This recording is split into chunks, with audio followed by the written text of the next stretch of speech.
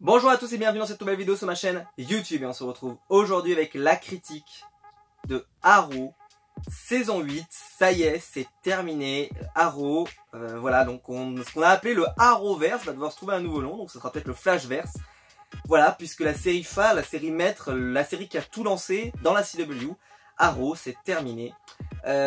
Donc on va faire une première partie sans spoiler, mais on va passer assez vite parce qu'au final, vu que je vous ai fait, je vais vous mettre en fiche ici, la review de la Crisis, d'accord, de Crisis on Infinite Earth. Donc ça, je reviendrai rapidement, mais je vais pas vous détailler tout ce qui s'est passé dans la Crisis.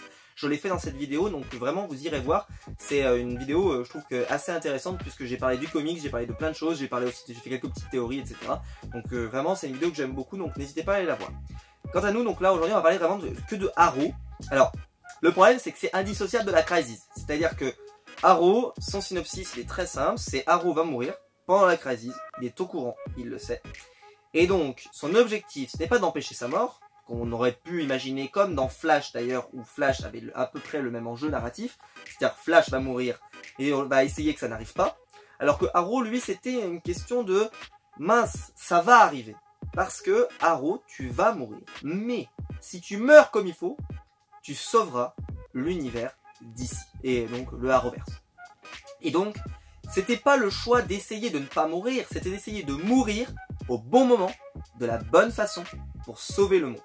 Et donc, ça a créé une sorte d'ambiance très bizarre, parce qu'on avait ce côté où on te disait Arrow va mourir, donc toi tu disais bah mince, il va mourir, mais en même temps ça avait un côté tellement inéluctable qu'il n'y avait pas ce côté pathos qui revenait, c'est-à-dire qu'il croisait pas des gens qui disaient mais tu vas mourir, et après l'épisode d'après, mais tu vas mourir, et puis l'épisode d'après. Bah en fait non, ça n'a jamais été vraiment utilisé.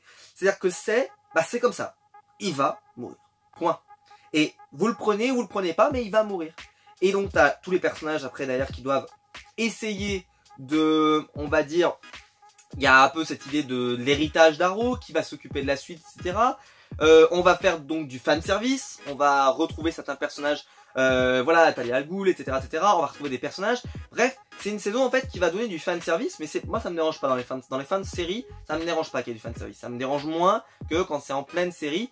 Je vous le dis par contre, grosse déception de ma part, pour ma part, il y aura pas Manu Bennett, qui est l'interprète de Deathstroke, qui est l'interprète de Crixus dans Spartacus. C'est un acteur que j'adore, pour moi c'est dans mon top de mes acteurs préférés. Et malheureusement, bah, il n'est pas présent, alors faut savoir qu'il y a des petits problèmes judiciaires, etc. Donc peut-être que ça s'explique. Mais moi, je suis déçu. Quand même, je suis déçu, j'aurais aimé voir Crixus, enfin j'aurais aimé voir Deathstroke, pardon. Surtout qu'en plus, il y a une vraie actualité parce qu'il parle du Mirakuru dans Flash, pour information, d'après. Donc j'aurais aimé le voir. Je me suis dit ils vont le faire et malheureusement bah non, il y a même tout un plan final après où on revoit certains personnages, etc. un peu du fanservice comme je vous l'ai dit et avec des clins d'œil, etc. Bah Deathstroke lui a pas été mis à l'honneur malheureusement, sauf avec des nouveautés et en tout cas ce n'est pas le Deathstroke qu'on connaissait, mais ça j'en parlerai plus tard. Et donc ce qui s'est passé c'est que la série a repris son style, il faut savoir que ça fait un petit moment qu'ils reprennent un peu ce style là.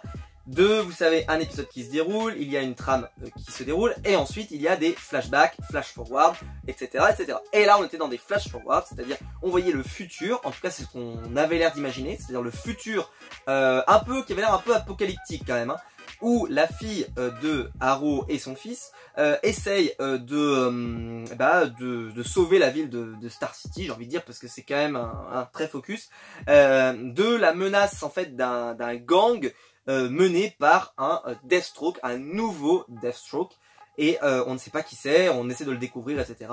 Moi, je l'avais déjà dit dans ma critique, j'avais fait la critique de la saison précédente, je vous avais dit à quel point, pour moi, Mina Smoke, c'était...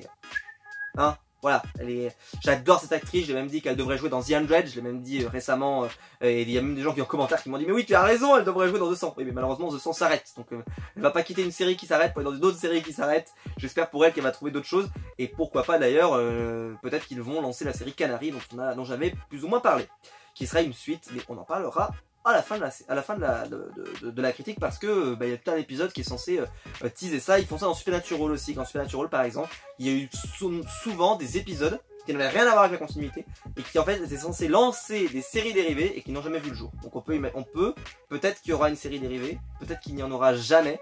Voilà, il y a un vrai risque, donc on verra, mais bon, est-ce qu'on peut vraiment ne plus avoir d'Arrow dans le Arrowverse? C'est une vraie question. Bref. Et donc, ce que je vous disais, c'est que En fait, vu que la mort de Harrow ne peut pas être changée, c'est-à-dire que ça va arriver, la question c'est comment? Et ben ça a créé quelque chose d'assez différent. Parce que justement, bah là, Harrow, il y a une question d'urgence. Parce qu'il faut mourir comme il faut et il faut être prêt à mourir. Et il faut surtout se demander pourquoi est-ce qu'il faudrait que je meure? Est-ce que c'est vraiment bien que je meure? Est-ce qu'il faudrait pas justement plutôt que je reste en vie parce que je ne le connais pas cet homme qui me demande de mourir, etc. Et donc ça a développé plein d'axes scénaristiques. Sauf qu'en toile de fond, nous on sait que la Crisis, ils y ont droit. Et que ce qui se passe là, c'est vrai, c'est réel et c'est important. Et en même temps, bah, ils ont réussi à créer le personnage de Marnouvou, qui est devenu un personnage énigmatique, on le connaissait pas, etc. Et qui va justement utiliser des énigmes, pas vraiment expliquer ce qui va se passer, dire oui, ben voilà, c'est comme ça, parce que c'est comme ça, mais sans vraiment expliquer. Et je trouve que ça a rajouté un peu ce suspense de qu'est-ce qui va se passer? Qu'est-ce qui va se passer? Alors moi j'avais déjà lu Crisis on Infinite Earth en comics, donc je me doutais un petit peu de ce qui allait se passer, mais j'aimais bien ce côté un peu de chercher, etc. Bien sûr, donc Oliver Queen va faire une sorte de parcours, ça va le ramener dans tous les lieux dans lesquels il est allé, donc vous allez le voir on va le voir en Russie, on va le voir avec les... revenir un peu sur les traces de Ra's al Ghul, il y aura un peu de teasing sur Deathstroke, il y aura un peu de teasing sur un peu tout, bref, vraiment c'est une saison qui va récompenser les fans fidèle de la série et avec un final justement, alors là c'est plus que de la fidélité parce que il y a même des personnages, des fois je me suis dit mais ah c'est qui, et puis hop j'ai réussi à retrouver, donc voilà, là on sent que c'est une fin de série, c'est marqué, mais j'ai passé un bon moment moi je trouve devant. C'était pas la meilleure des saisons de Harrow parce que justement il y avait pas beaucoup d'épisodes et puis vu que c'était beaucoup du fanservice, je trouve que question en jeu c'était pas terrible au final. C'est surtout qu'en fait ils ont fait traîner pour qu'on arrive à la Crisis. Mais je suis assez content moi personnellement en tout cas de comment ils l'ont géré, de ce qu'ils en ont fait. Et voilà, je pense qu'ils auraient pas pu faire beaucoup mieux en tout cas. Donc voilà, peut-être que vous avez un avis différent, mais je pense que pour une fin de série, je pense qu'ils ont fait de leur mieux. Les acteurs jouent toujours relativement bien, ça n'a jamais été des gens qui ont des Oscars, à part peut-être Stephen Amell que je trouve qu'il a quand même beaucoup de talent, et bon Mia, parce que moi je trouve que Mia Smoke, je trouve qu'elle est vraiment douée, hein. Vraiment quand je dis qu'elle est douée c'est que je la trouve vraiment douée, et je pense que, je sais pas qui lui proposera un rôle vraiment intéressant et à sa mesure, mais je pense qu'elle va nous faire pas mal d'autres séries, si jamais elle est maligne, je pense qu'elle peut nous avoir une jolie série après peut-être les séries de Reverse, ou si les séries de Reverse ne sont pas... Si elle n'a pas de continuité avec son personnage, bah peut-être qu'elle ira voir ailleurs. Et je pense qu'à mon avis, les propositions, ça va pas traîner. J'ai trouvé que la série, voilà, était vraiment intéressante. J'ai passé un bon moment devant. C'est pas aussi bien que Flash. Flash cette saison, c'est génial. C'est bien mieux que Black Lightning. C'est bien mieux que Supergirl où j'ai été en retard et maintenant je suis à jour. Mais quand même, Arrow, ça reste une série moyenne, c'est-à-dire une série qui n'est pas dans les meilleures séries de l'année, qui n'est pas dans les pires séries de l'année, c'est un bon divertissement, il faut le prendre comme ça. Et la série s'arrête et moi elle va me manquer. Ça a très rarement été aussi bien que Daredevil. Pour moi la saison 2 de Arrow c'est équivalent à Daredevil. C'était génial, moi, avec Deathstroke comme méchant, il y a même des plans entiers et qui pour moi sont des bijoux. Mais, on a eu beaucoup de choses aussi très moyennes et je trouve que la série, au moins, elle aura pas été tirée trop longueur. C'est toujours le risque. Là, ils avaient raconté ce qu'ils avaient à raconter et c'est très bien comme ça. Voilà, on va passer en partie spoiler parce que j'ai 2-3 bricoles à vous dire et je vous conseille de rester parce qu'il y a des trucs assez sympas. Question partie spoiler. Donc en partie spoiler, on va parler de... On va vraiment rentrer dans le détail. Alors vous le savez, donc Arrow est mort dans la Crisis. Ça, comme je vous l'ai dit, il y avait tellement de signes que ça allait arriver. Et bah ça arrive. Sauf que, pour ceux qui avaient suivi, en fin de saison 7, on avait vu Felicity qui était emportée par Marnouvou et qui lui avait dit c'est le moment. Si jamais tu veux le retrouver, c'est un sens unique en gros. Et on l'avait vu dans le futur, hein, cette scène-là. Et donc, on avait vu Felicity et on ne savait pas où elle allait. On a donc eu la réponse dans le dernier épisode. En fait, elle meurt tout simplement et elle va au paradis. Et elle rejoint Oliver Queen et un petit peu l'idée de voilà, on va vivre nos jours heureux et un petit peu cette happy end que rêvent tous les super-héros, mais une happy end dans la mort. Donc un peu bizarre. Je trouve qu'ils ont assez bien joué le côté. C'est quand même une happy end, quand même, mais il est quand même mort quand même. Hein. Donc question happy end, voilà. Mais ils ont joué le coup quand même. Ils ont quand même bien joué le coup. Bon, Mia, voilà, hein, moi j'adore. Je trouve ça génial. La première partie là où on était dans le futur avec Deathstroke, etc. J'ai trouvé ça génial. L'idée qu'en plus on mêle ça à des histoires familiales, c'était génial. Et puis boum, il y a la Crisis, on téléporte tout le monde dans notre temps et hop, on crée une relation de famille et une relation entre lui et sa fille qui sont tout simplement, moi j'ai adoré, je trouve ça super, je trouve ça même limite à deux doigts d'être émouvant de temps en temps.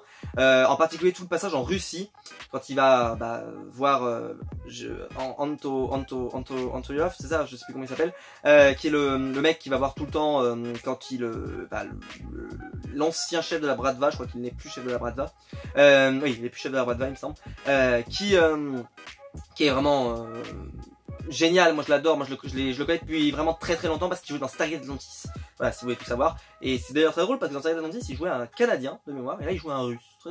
Voilà, des hasards de la vie, j'ai envie de dire, parce que ça n'a aucun sens. Enfin bref. Je voulais vous dire quoi. Pardon, oui, donc, personnage qui dans cet épisode, ils ont créé une vraie relation importante parce qu'on voit que il a envie de l'emmener avec lui, mais en même temps il lui dit t'es pas encore prête, il va falloir un peu progresser, je vais t'apprendre à te servir d'un arc encore mieux, etc. Et je trouve que c'est très bien. Et là il y a la Crisis.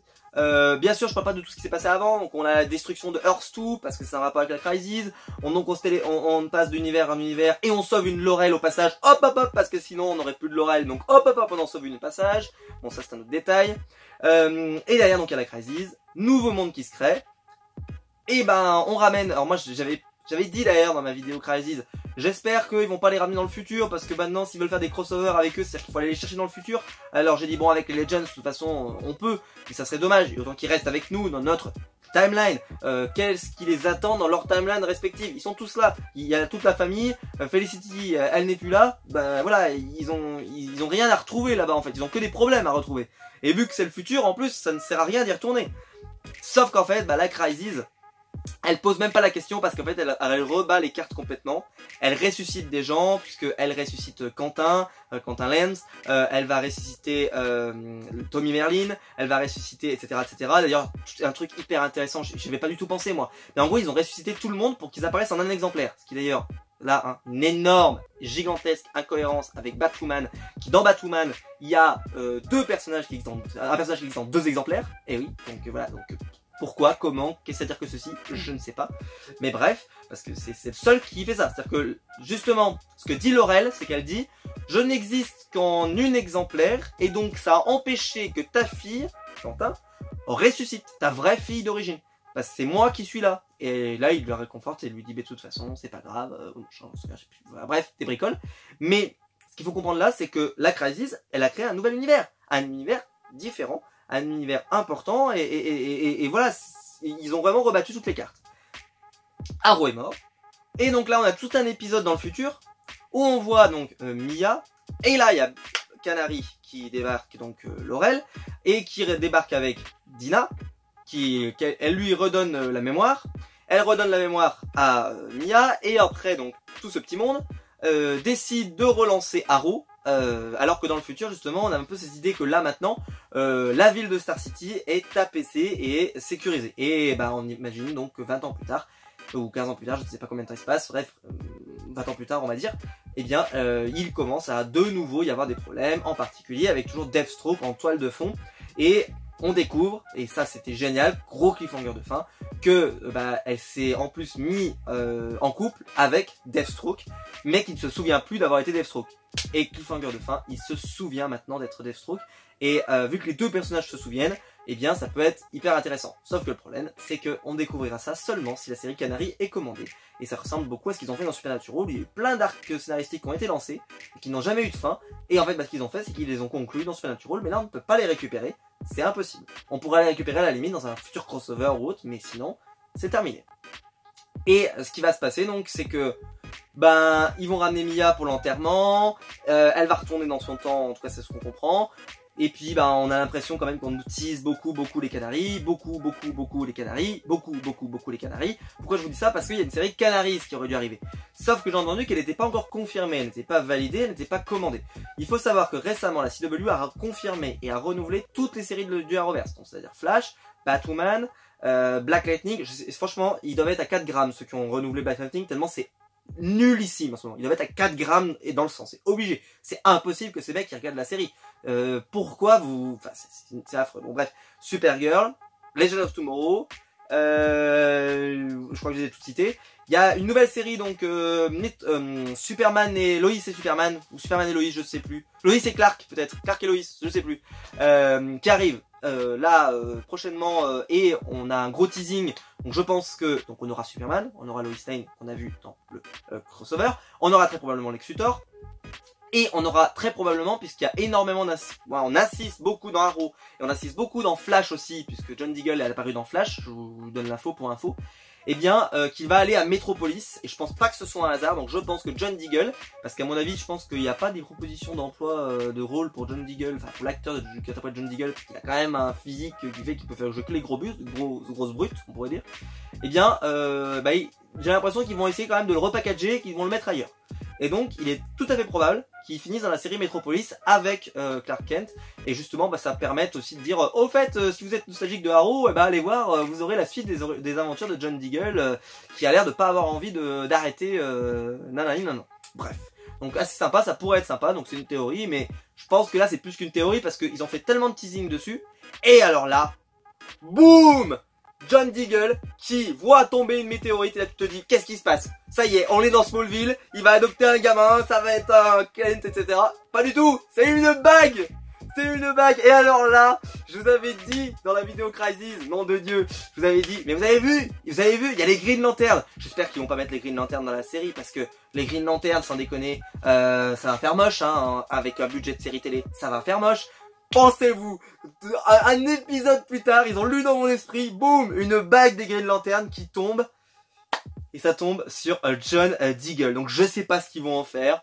Moi je trouve déjà que le Martian Manhunter il est pas très beau. Mais alors là à mon avis s'ils font du Green Lantern, ça peut être un peu moche. Après ça dépend parce qu'ils avaient plutôt bien réussi Firestorm. J'y ai réfléchi avec le temps, j'ai dit ouais, mais quand même là, parce que la bague elle est censée faire apparaître des trucs etc. Il faut quand même un peu de budget pour que ça soit pas trop moche hein. Donc je ne sais pas. Et surtout que ça n'a pas été récupéré après dans Flash. Parce que je dis que John Diggle était apparu dans Flash, il n'en a pas parlé. Il ne l'a pas évoqué, il n'en a pas parlé du tout. Donc est-ce que voilà. Alors après il y en a qui pourraient me dire c'est pour que John Diggle intègre la Justice League et pour que son personnage justement reste en actualité avec tout le monde. Voilà, donc à voir. Je n'ai pas d'avis là-dessus. Donc bref, sur cette nouvelle Terre, donc il y a plein de personnages qui sont revenus. On a eu le droit à l'enterrement en bonne et due forme de Arrow et on a eu l'enlèvement du fils d'Oliver qui est récupéré et on nous fait donc plein de flashbacks sur les premiers temps d'Arrow quand il était en train de tuer des criminels et qu'on découvre que justement le premier qu'il a épargné, et en fait cette personne vient se venger et c'est lui qui se venge. Franchement c'était très bien trouvé, ça a permis de construire l'épisode progressivement. Bon, Thea et Roy qui se remettent ensemble et qui se marient, enfin qui veulent se marier, c'est fait à l'arrache totale, mais je pense qu'ils n'avaient pas le temps, donc ça a été fait à l'arrache. Pourquoi ils l'ont pas fait il y a 2 ou 3 épisodes avant, pour nous construire ça, qu'ils se retrouvent, qu'ils se redraguent un petit peu et machin. Là ça arrive d'un coup, hop, au fait tu veux pas te marier, oh pourquoi pas, et puis voilà. C'est un peu dommage, mais bon, c'est comme ça. Là donc vous allez avoir plein de personnages qui vont se voir. Vous allez avoir Tommy Merlin qui va avoir... alors déjà il y a Supergirl qui vient à l'enterrement. Il y a Flash qui vient à l'enterrement bien entendu. Il y a... Est-ce qu'il y avait Sarah? Je sais même plus s'il y avait Sarah... Je crois qu'il y avait plus... Je crois qu'il y avait pas Sarah Lance.